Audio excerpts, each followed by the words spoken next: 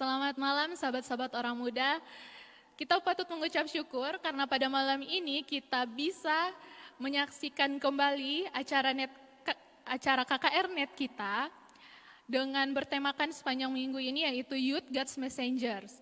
Dan pada malam ini saya akan membawakan judul KKR kita yaitu Tuhan, aku akan pergi, penuhi aku. Sebelumnya mari kita berdoa bersama-sama. Bapa, saat ini kami akan mendengarkan firman-Mu, berkati kami, supaya apa yang kami dengarkan bisa kami mengerti dan bisa menjadi kekuatan akan iman percaya kami. Berkati kami pada saat ini Bapa, di dalam nama Yesus, amin. Baik, saat ini saya akan membukanya dengan sebuah berita yang dilansir oleh New York Daily pada tahun 2008. Dalam berita ini mengatakan bahwa ada seorang supermodel yang kelahirannya itu Kazakhstan bernama Ruslana Kursnova. Model cantik ini ditemukan meninggal karena bunuh diri. Di dalam saat polisi menyelidiki kenapa wanita ini bunuh diri, terdapatlah pesan. Di dalam pesannya itu, wanita ini, perempuan ini berkata bahwa dirinya itu sedang kehilangan, dirinya itu sedang kebingungan, dirinya itu sedang hancur, kemudian dia tidak merasakan cinta, dia sudah tidak tahu siapa dirinya dia. Padahal saat itu karirnya itu lagi sangat-sangat bagus. Dan dia juga merasa bahwa hubungan yang dia jalankan selama ini itu tidak berjalan lancar. Nah, mungkin kita bertanya, kenapa ya seorang supermodel yang karirnya lagi bagus, dia malah memilih untuk melakukan tindakan itu, mengakhiri hidupnya sendiri. Ya, mungkin kita juga banyak bertanya, disayangkan sekali akan tindakan yang dia ambil itu. Mungkin kenapa dia melakukan itu? Karena dia tidak mengetahui akan janji atau harapan yang seperti kita sendiri sudah tahu. Mungkin tidak ada orang yang menyampaikan bahwa ada sebuah janji dan harapan, ada sebuah kabar baik yang dimana kabar baik itu Tuhan akan datang lagi untuk menyelamatkan saya dan saudara. Seperti kita tahu, kabar baik itu adalah Injil. Ya, Injil itu juga berarti kabar baik. Berbicara tentang kabar baik, banyak di Alkitab pembawa kabar-kabar Injil, pengabar-pengabar Injil, seperti nabi, orang-orang awam yang dipakai Tuhan. Salah satu nabi yang ada di dalam Alkitab yang kita kenal sebagai anak guru, yaitu Yohanes Pembaptis. Kenapa dibilang anak guru? Karena Yohanes Pembaptis ini banyak mengabarkan Injil di padang gurun. Jadi orang-orang menjuluki dia adalah anak guru. Sebelum mengenal Yesus, pastinya ada karakter-karakter yang dimiliki oleh Yohanes Pembaptis yang mengubah namanya dari anak guru menjadi murid yang dikasihi. Apa saja karakter sifat yang dimiliki oleh Yohanes Pembaptis? Kita bisa melihat di Matius 3 ayat 4, di mana Yohanes ini mengabarkan Injil hanya memakai baju bulu unta dan memakai ikat pinggang kulit. Makanannya hanya belalang dan madu hutan. Sungguh sederhana kehidupan Yohanes Pembaptis ini, di mana kita juga tahu bahwa orang tua dari Yohanes Pembaptis ini adalah seorang imam di Ka'bah. Seharusnya dia bisa memilih untuk menjadi imam juga di Ka'bah, tetapi dia malah memilih untuk menjadi seorang pengabar Injil di padang gurun. Kemudian Kita bisa lihat lagi di Yohanes 1 ayat 19 sampai 28. Di situ dikatakan, karena Yohanes Pembaptis ini sering mengabarkan Injil di padang gurun tentang Mesias, tentang kedatangan Kristus, orang-orang itu malah memikir, oh dia ternyata yang Mesiasnya. Ternyata mereka bertanya, apakah engkau Mesias itu? Yohanes Pembaptis berkata, oh bukan saya. Oh atau engkau Nabi Elia? Oh bukan, dia malah memilih rendah hati. Dia tidak mau mengakui bahwa dia Mesias. Dia hanya berkata, aku adalah seorang yang akan meluruskan jalan Tuhan. Dengan kerendahan hati Yohanes ini, dia mengatakan bahwa dia hanya orang yang sudah dinubuatkan Nabi Yesaya. Ya, kita juga bisa mengetahui bahwa Yohanes dan Yesus ini mereka sama-sama dinubuatkan dan orang tua mereka juga sama-sama didatangi malaikat. Ya, kita bisa tahu berarti Yohanes sama Yesus ini sama-sama spesialnya. Tetapi Yohanes Pembaptis malah memilih untuk melayani Tuhan dengan rendah hati dan tulus. Dia tidak mau mengakui bahwa dia adalah Mesias. Baik, di dalam Alkitab juga bukan hanya Yohanes Pembaptis saja yang sebagai pengabar Injil, tetapi ada juga orang-orang awam yang Tuhan pakai untuk mengabarkan Injil. Kita bisa lihat ceritanya di Yohanes 4, yaitu tentang percakapan Tuhan Yesus dengan perempuan Samaria. Jadi ceritanya, waktu itu Yesus ingin pulang ke Galilea dari Yudea. Dan dia memilih untuk berjalan melintasi daerah Samaria. Pada waktu itu jam 12 siang dan Yesus mungkin sedang lelah. Dia melihat ada sebuah sumur di daerah situ, kemudian dia singgah dan duduk di sana. Kemudian datanglah perempuan Samaria untuk menimba air di situ. Kemudian Yesus melihat dia, kemudian Yesus berkata, berilah aku minum. Perempuan Samaria ini kaget dong, bilang ini orang dari mana? Tapi kelihatannya bukan orang Samaria deh gitu. Karena pada waktu itu orang Yahudi dengan orang Samaria itu tidak bergaul. Mungkin karena ada kesenjangan sosial atau kesenjangan ekonomi pada saat itu. Jadi orang Yahudi dengan orang Samaria itu tidak bergaul. Kemudian perempuan ini berkata,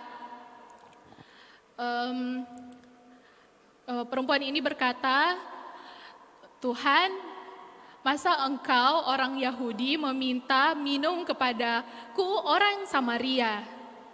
Yesus berkata lagi kepada dia, berilah saja aku minum itu. Percaya bahwa apa yang kamu telah minta kepadanya, dia juga telah memberikan air hidup itu kepadamu. Bingung dong perempuan Samaria ini. Terus dia berkata lagi, Tuhan, engkau saja tidak mempunyai timba dan sumur ini sangat dalam. Bagaimana caranya engkau mengambil air hidup itu? Kemudian Yesus berkata lagi, kita bisa baca di Yohanes 4 ayat 13 sampai 14. Di situ dikatakan, barang siapa minum air ini, ia akan haus lagi. Tetapi barang siapa minum air yang akan kuberikan kepadanya, ia tidak akan haus untuk selama-lamanya. Sebaliknya, air yang akan kuberikan kepadanya akan menjadi mata air di dalam dirinya, yang terus-menerus memancar sampai kepada hidup yang kekal. Kemudian perempuan ini langsung berkata, oke, baik Tuhan, berikan saja saya air minum itu supaya saya tidak haus dan saya tidak akan datang lagi ke sumur ini untuk menimba. Perempuan ini berkata begitu. Terus Yesus bilang, oke, Tapi sekarang pergilah pulang, panggil suamimu datang ke sini. Terus dengan kejujuran hati perempuan Samaria ini, dia mengatakan bahwa Tuhan, aku tidak mempunyai suami.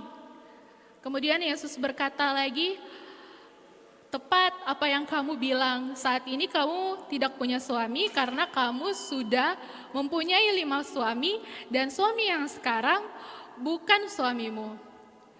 Saat itu perempuan itu merasakan, wah, siapa orang ini?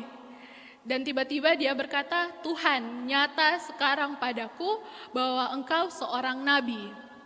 Kita bisa lihat ceritanya di Yohanes 4.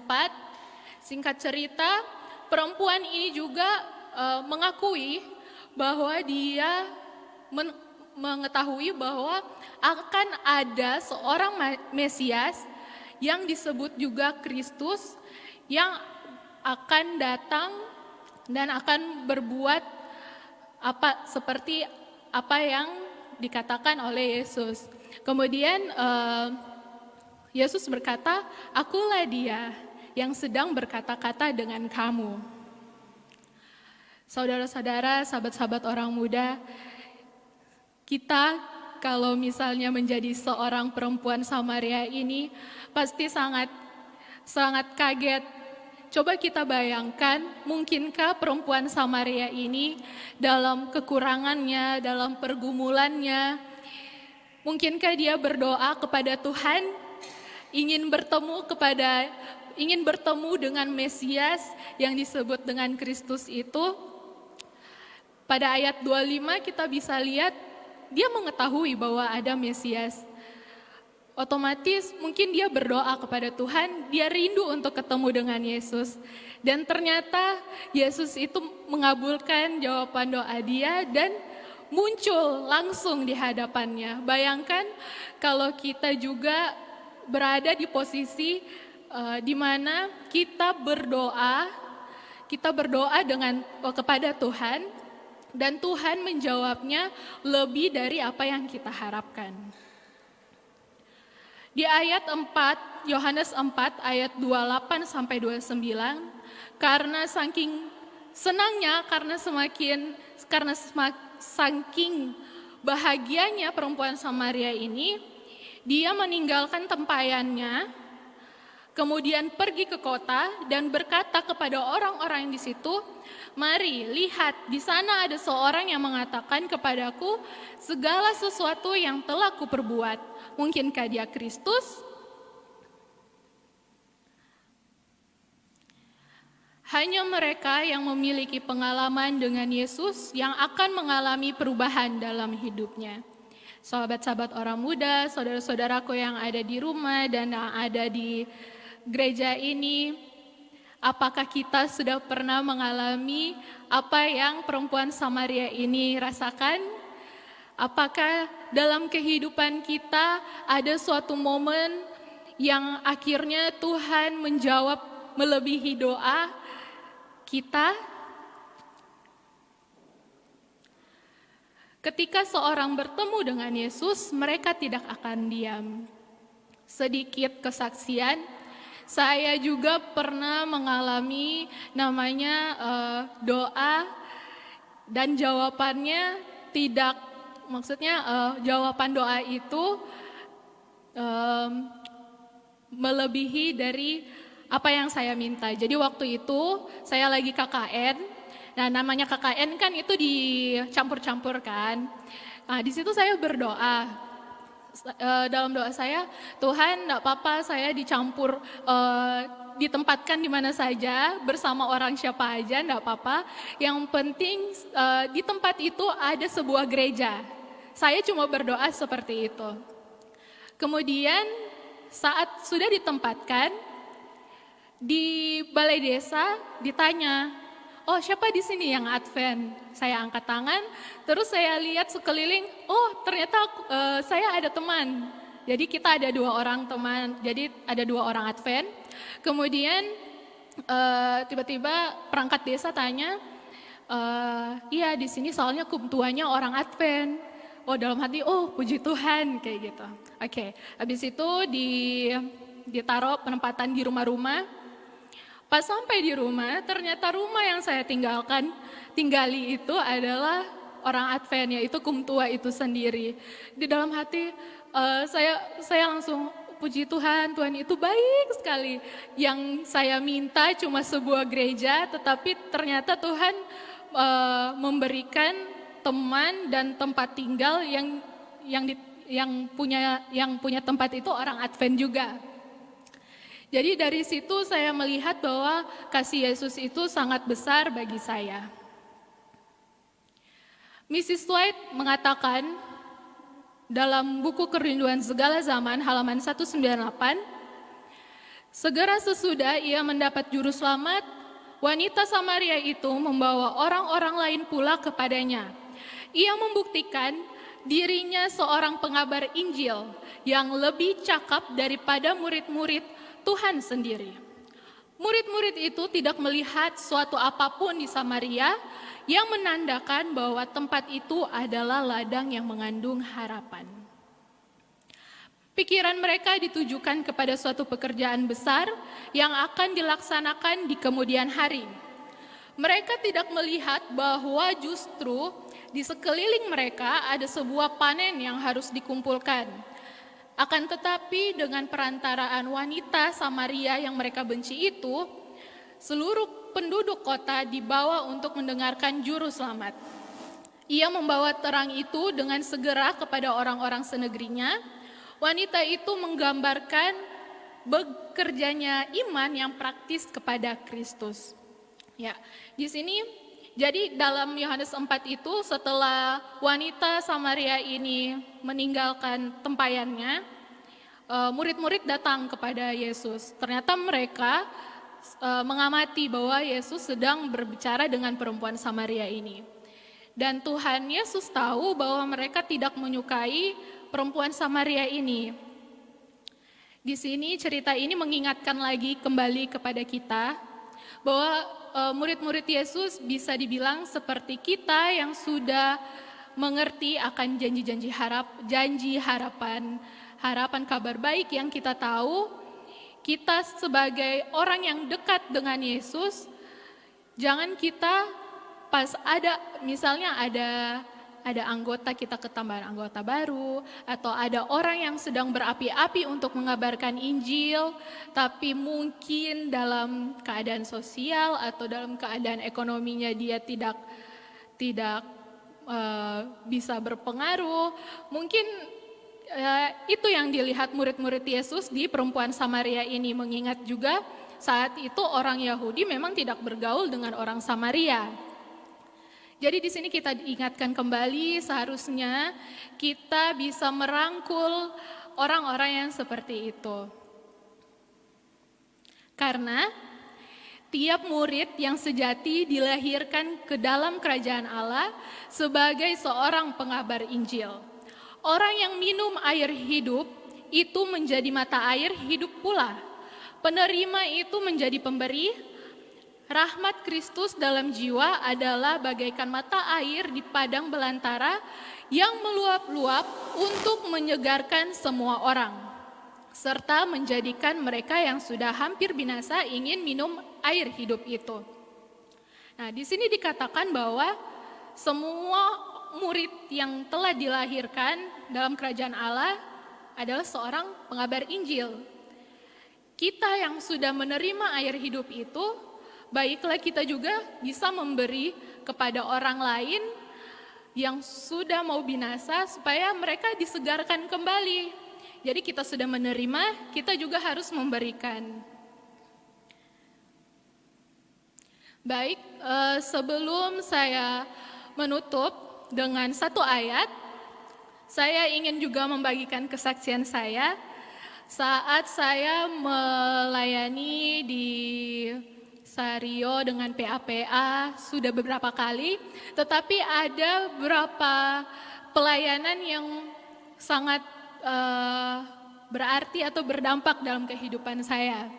Pertama waktu itu jadi ada dua, yaitu KKR di Jailolo bersama Pendeta Ritus Kenny, dan kedua KKR di Jailolo, Kecamatan Ibu.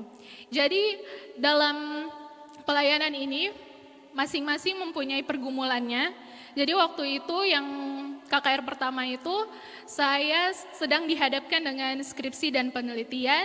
Kemudian waktu KKR yang kedua itu saya dihadapkan dengan pekerjaan. Jadi waktu itu saya sempat ada pekerjaan sampingan. Jadi waktu saya ingin melayani, saya sudah rindu untuk melayani. Saya berdoa dalam hati, Tuhan, saya rindu untuk melayani. Jikalau Engkau mengizinkan saya untuk melayani, tolong lancarkan. Ya, seperti layaknya mahasiswa juga banyak halangan. Akhirnya Tuhan memberikan juga jawaban-jawaban doa itu melebihi apa yang saya minta. Dan di situ saya melihat, wah, ajaib banget Tuhan kita ini. Kalau dalam masalah pelayanan, pasti Dia akan melancarkan semuanya, asal kita memintanya dengan tulus dan rendah hati. Di sini kesaksian saya, maksudnya teman-teman sesuai judul, penuhi aku. Marilah teman-teman, jikalau saudara-saudara di rumah, sahabat-sahabat orang muda sudah pernah merasakan panggilan Tuhan satu kali saja, mari bawa itu ke dalam doa. Jangan banyak, kalau orang Manado bilang banyak osmosis. Jadi bawa ke dalam doa, bilang Tuhan saya rindu melayani. Tapi saya banyak halangan, tolong kalau jika Engkau mengizinkan saya melayani, lancarkan semuanya. Saya yakin dan percaya kalau kita memintanya dengan tulus dan rendah hati, Tuhan pasti akan menjawabnya. Dan saat kita juga melayani, kita harus meminta kuasa Roh Kudus. Penuhi diri saya supaya saya mampu untuk melayani. Mungkin orang-orang muda juga bertanya bahwa bagaimana kalau saya banyak kelemahan, saya banyak kekurangan. Itu juga kita bawa dalam doa. Kalau memang Tuhan izinkan, pasti sahabat-sahabat orang muda juga melayaninya juga pasti lancar-lancar saja, tidak ada halangan. Seperti kata Yohanes 7 ayat 37 sampai 38, barang siapa haus, baiklah ia datang kepadaku dan minum. Barang siapa percaya kepadaku, seperti yang dikatakan oleh kitab suci, dari dalam hatinya akan mengalir aliran-aliran air hidup. Ya, seperti Mrs. White tadi mengatakan, kita sudah menerima air hidup itu, mari kita salurkan air-air itu kepada orang-orang yang membutuhkan, seperti perempuan Samaria yang tadi. Jangan tunggu orang-orang sekitar kita menjadi seperti supermodel yang di atas tadi. Jangan tunggu orang-orang sekitar kita melakukan tindakan yang Tuhan tidak inginkan. Jadi saudara-saudaraku, sahabat-sahabat orang muda, marilah kita melayani kepada Tuhan, minta kuasa Roh Kudus untuk penuhi hati kita. Kalau tadi malam kita sudah mendengar bahwa Tuhan, aku akan pergi, baharui aku. Kita minta dulu supaya kita dibaharui oleh Tuhan, kemudian kita minta supaya kuasa Roh Kudus ada di dalam kita. Mari kita melayani sebanyak-banyaknya agar orang lain juga bisa diselamatkan sebanyak-banyaknya, dan otomatis jika kita menyelamatkan orang lain, iman dan diri kita juga pasti terselamatkan. Baik, kiranya pembahasan malam ini dan pelajaran malam ini bisa menjadi kekuatan bagi iman kita semuanya. Baik, untuk menutup acara khotbah pada malam ini, mari kita satu di dalam doa. Bapa kami dalam sorga, terima kasih banyak Bapa atas firman yang Engkau telah berikan kepada kami pada malam ini, kiranya firman ini bisa menjadi kekuatan bagi iman percaya kami, dan ajarilah kami Bapa untuk selalu rendah hati, selalu tulus dalam melayani Engkau. Bapa, kami berdoa juga untuk saudara-saudara kami dimanapun mereka berada, mungkin mereka sedang lemah iman, kuatkan mereka Bapa. Yang sedang berduka Engkau hiburkan, dan yang sedang sakit Engkau sembuhkan. Bapa, terima kasih banyak, Engkau sangat baik dalam kehidupan kami. Sempurnakan apa yang hamba-Mu bawakan supaya firman-Mu bisa menjadi berkat bagi dalam hidup kami.